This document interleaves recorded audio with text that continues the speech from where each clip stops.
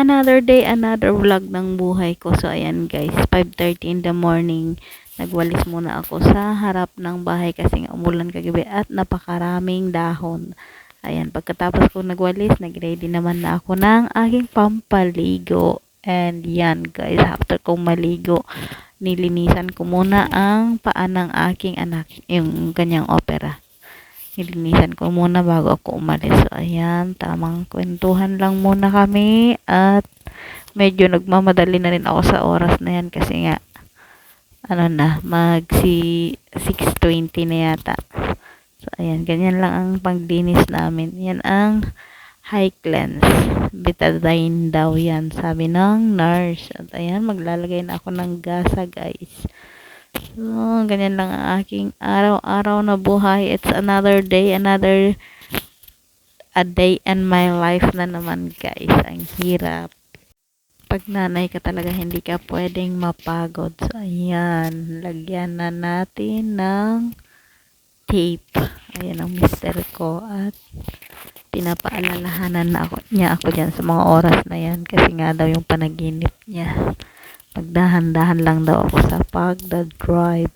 Yan guys. At siya naman ang magsusundo sa aming Girl Scout. Mga 11 daw siya pupunta dun. So, ayan guys. Malapit na akong matapos. Ayan. Patapos na rin ako sa part niyan. Medyo tinakpan ko kasi dyan sa bandang dyan.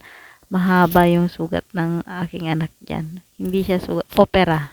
Kasi nung na-aksidente siya, wala naman siyang sugat. So, inoperahan lang yan para lagyan ng tubular yung kanyang bones. Medyo nagmamadali na rin ako at 6:20 na yata sa mga time na yan. Ayan, maagang maaga pero pagod ka na, hindi ba? Hindi ka pa nakarating ng trabaho, pagod ka na. Joke. So, ayan guys.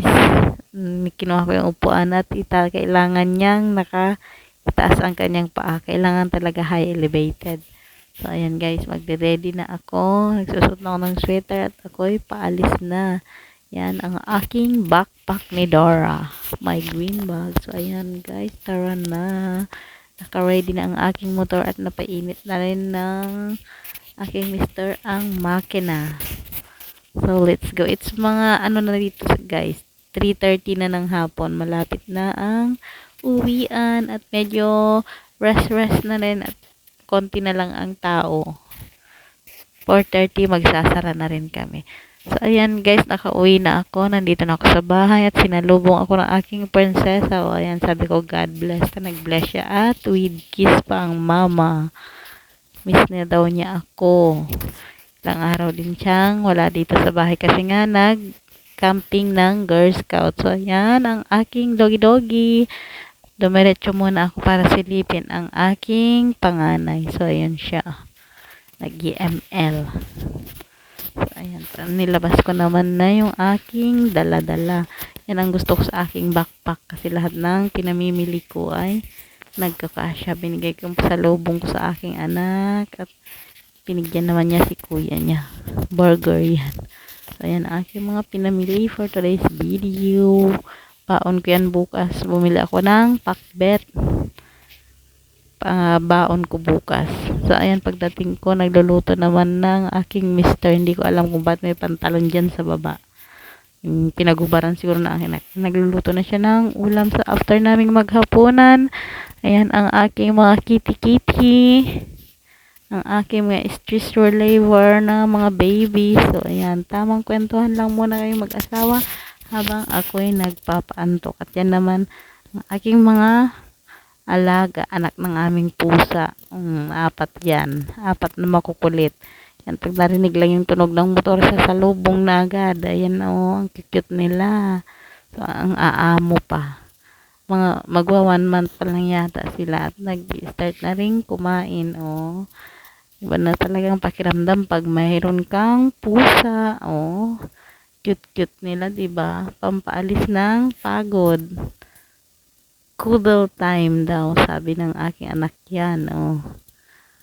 Buti nga hindi pinagsisilosa ng pusa. Aking bunsong silosa, oh, ayan. Ang cute, tamang laro lang ng mga muning-muning ko. At yun ang kanilang kuya, oh. Chismoso naming pusa. Favorite, ano niya yun, spot. So, ayan, tulog na yung iba. So, ilalagay ko na doon sa kanilang higaan at ako ay magpapahinga na rin. So, yan lang tayo ngayon guys for today's video. Bye! Salamat sa panonood.